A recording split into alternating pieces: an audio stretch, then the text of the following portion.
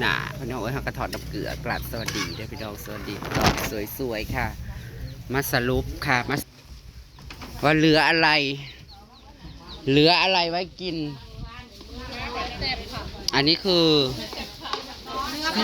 ยำสลัดน้ำทำน้ำยำน้ำสลัดเพราะว่าพักข้าวเรือหลายพี่น้องเอ้ยอย่าพาเปิดนะเพ่ขอให้กันแป๊บนึงเจ้าน่ะก็จะแม่ใส่ตัวนี้แห้งค่ะนี่เพราะว่าพักข้าวเรือหลายจะมายำกินสัก2 กระตา2 กระตงกระตาเต้นข้าเจ้ามาเก็บไปแล้วมาซุ่มแซวกันมือซุ่มแซวเก็บถ้วยจ้ามือนี้ซุ่มแซวเก็บถ้วยสักกัน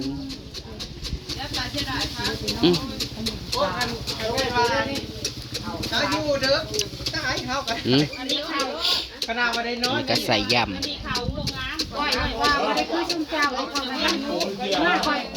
ตอนเขาล้มใจตกกันล้มรับไปจะเก็บไปสอบนึงได้ห่วงว่าเน่าหมดเน่าแล้วใส่อยู่ในเหล้าได้ไฟซุ่มไปปุ๊บแต่เสียดายไปตาเสียดายไรกับเมื่อยก็กับพอดีผู้ได้เบิ่งว่าอยู่ในกลางเหล้า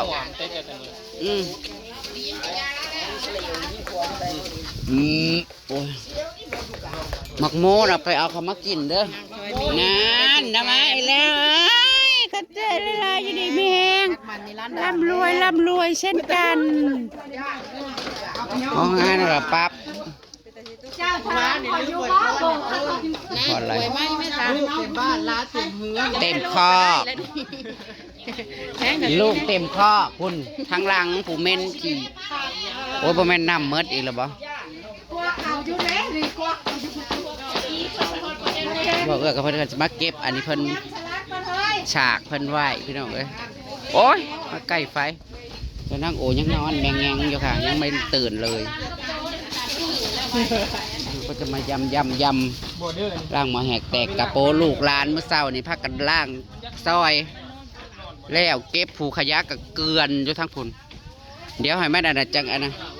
เอาเรือเหรอซื้อมาเพิ่มเลยเรือบ่อนเอาไว้แล้วน้ำยังน้ำอ้อยบ่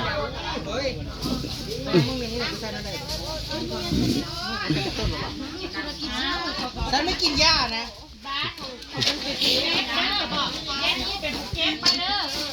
ฉันไม่อยากกินหญ้าและอันนี้นะพระท่านให้เขามาเก็บบ่มันแดดบ่มันอะไรมาแล้วแมนเยอะละเอาบ่มีหมองอยู่เพิ่นบ่ทันได้รายเงินให้บ่บ่อันนั้นก็ของโลกน้ำน้อยเฮาก็เรือบ่นั่นแล้วเอาไว้กินรถเฮาจ่ายหมดเลย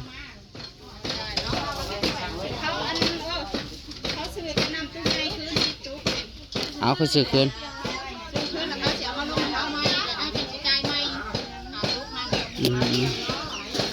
มาพาพี่น้องอันหมากโมอันFCมาบ้านสีเขียวมานะกะข้าเจ้าก็กินเบียร์กินเนี้ยแล้วข้าเจ้าบ่ค่อยกินเด้เฮานะก็บ่มีเวลามาพาให้เขากินเขาก็มันคือพ่อปานนั้นเลยนะก็ย่าแหละพอดีแหละนี่ลูกหลานมาซอยเวียกนะเขาเอาไปกินเมื่อคืนนะกะบ่ได้ออกมาเบิ่งจักไผอยู่ไผเมื่อหมู่คู่ใครเจ้าภาพอยากตายเนาะสู้คันเป็นงานตัวเองเลยเนาะเจ้าภาพก็ไปบอกหมู่แล้วว่ะเอามันจะกู้บรีได้เมื่อคืนเนี่ยนะกระซุ้มน้องอะไรอยู่เมื่อคืนนี่ซุ้มน้องซุ้มลานเห็นอยู่ว่าเบิ่งเด้อน้ำแข็งน่ะก็เหลือ5 สอบอ่ะก็ให้เจตูนเอาใส่อันนี้ซะโดดเอาช่างเท่าละ5นะเบิดเอานี่ช่างมา10ผัดแจกบ่เบิดเหลือ5ผมก็บริยุทธ์เลนนะออกไปอยู่นอกกันยังเฮ้ยยังแข็งเลยในทางนึงมันยิ่งกินส่วนหัวงัวว่าเสียไว้คั่วกันเน่า เลยได้แต่ขาหางบ่ งานต่อไปก็น้อง จะได้หัว น้องป้า จักไผสิขายออกก่อนแหละ ขายอีกแล้วบ่ ลูกร้านเนี่ยจักไผสิขายออกก่อนไปเอาไพ่มาเล่นเด้อจุกไพ่มีอยู่เอามานั่งเอานั่นเบานั่นเบายันลูกได้แนวโอ้ยมันกันหูจักความไปได้แต่ว่ากันลูกได้แนวมันก็ซอยหาเงินหาคำ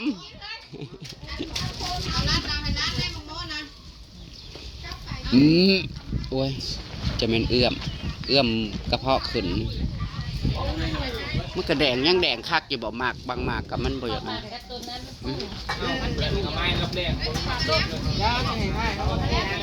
เออหมดแล้วบ่ในสวนบ่ได้ใกล้หมดสวนเอ้า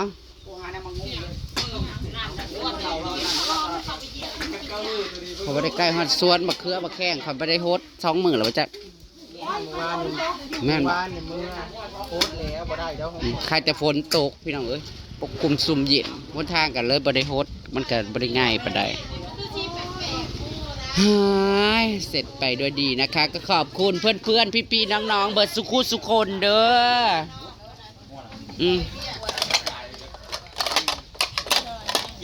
กดหัวมัวเก้า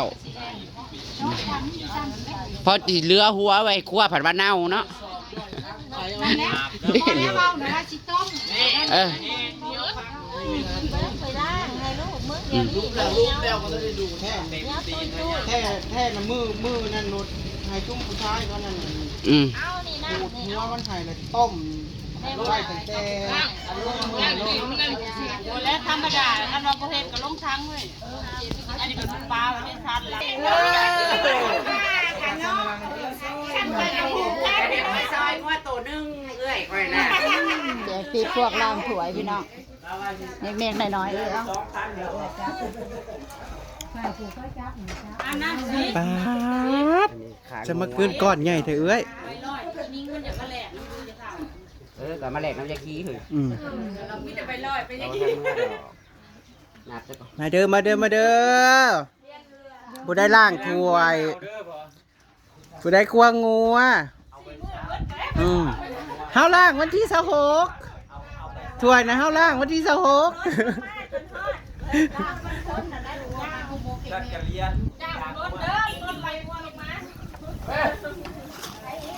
เพิ่งในทางอ่ะ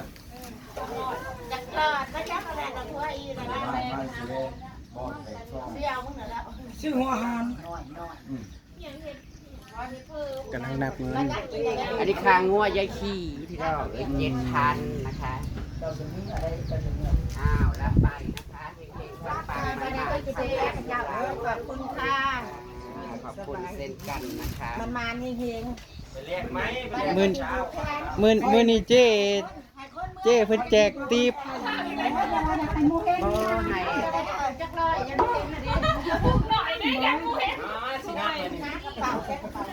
ให้ มีเรืออยู่ได้น่ะ เอาบ้าปูไว้ว่าสิซื้อปูลงมา เอากระเดียมาปูจะเฮ็ดนาเฮ้ยยังไม่ลงจะนึงซื้อปูเรือซ้อมน่ะแม่นอนไทยวันต้องเรียกกินกูมื้อเนาะล้างบุญเฮือทินนี่ก็ยาวแล้วเนาะบัดนี้เมื่อยเด้เมื่อยลงนาเด้ ใช้ไผ่ล้างถ้วยนะ ทางนั้นพอได้เงินสิ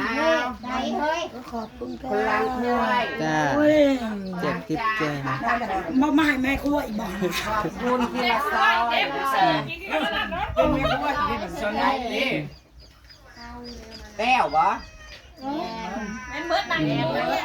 ไอ้พี่นานี่เบิดได้ไอ้พี่นานี่เบิดไอ้คิดก็ได้ ล้างถ้วยไปกันไหม น้ำใจเพิ่น จ้าโอ้ยอีนั่นน่ะก็นั่งเสมืออยู่มันเฮ็ดยังกันชุบอันนั้นจ้า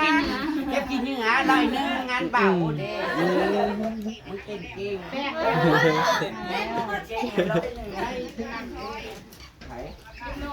อืมหัวดำหัวแดงดิ ลูกค้าจุงว่า เดี๋ยวเราย่านบ่ได้พูดแล้วล่างถั่วล่างหมอก็อยู่ให้เรา ชีกเด้ หมอดำๆนะก็อยู่ให้เรา เพื่อดำจีก็ช่องมันนะแม่ ตามให้ชีกขึ้นมาอยู่ มันสิมาอยู่ เอาขึ้นไปนะ ขอบคุณมันสิมาอยู่มันสิมาเวร ใช้หัวดำนะหัวด มาแม่ด เอาขาจุงงัว ำขาจุงงัว ยังพันหนี ำก้อนมันซื้อเลยจ้าวันนี้ไอ้ตีเพชรเชนทั้งทีโดนมันยาเห็ดซื้อมันกินก็แล้วมันกินที่ จริงนะเดี๋ยวย ากี้มาให้ลูกชี้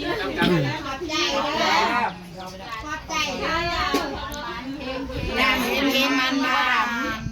เอาดิมันจะนั่งไปเลย อืม เอาให้แล้วให้มัน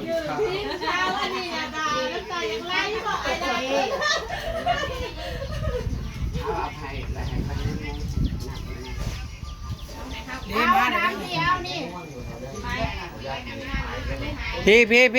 มาค่าเอาค่าล้างถ้วยพี่มา มันบ่ายย่อเอาค่าร้านด้วย เรามาบ่ แม่แม่บ่ไงเบ้อแม่อีไงเขาเพลงมาบ่ได้อาบน้ำจน เอาอยากไปอาบน้ำ อืมอืม เล็กเขาให้เต็มนี้เขาบอกซื้อได้แล้วครับบริหารเดี๋ยวนี้บริหารตำลังเจ้าป่านี่เราเอาก้อนมูแล้วเราหุ่นย่างหัวเขาตูนแบบนี้ ก้อนโม่แล้วเอามือ มาเอาลงน้ำลาวนี่ กับคาเต้นกับเบียร์ อืม ได้แล้วเก็บคืนได้ป่ะได้แล้ววันนี้พวกค่าน้ำกระจายแล้ว เฮ้ยได้แล้วมาได้นะแต่บ่พอนี่บ่พอเอาว่าดำนี่เงินน่ะสิให้นี่มีให้กูบ่วันนี้ก็เบิ่งแน่มันโหมได้ฮอดหยังได้เงินเก็บเลย โอ้ยยายขี้อยากเปิดเพลงเลยเฮ้ยได้จักนาทีแล้ว 12 12 นาทีแหละมาประกวดแล้วที่มาแจกทีมน้องๆก็เงิน FC นั่นแหละที่แสนช่วยผูกแกน JC มากขอบคุณขอบคุณ ขอบคุณหลายๆเด้อ ทุกท่านนะ ไป เวทีก็ให้แห้งบ่ เฮงๆมันๆบัดนี้ เ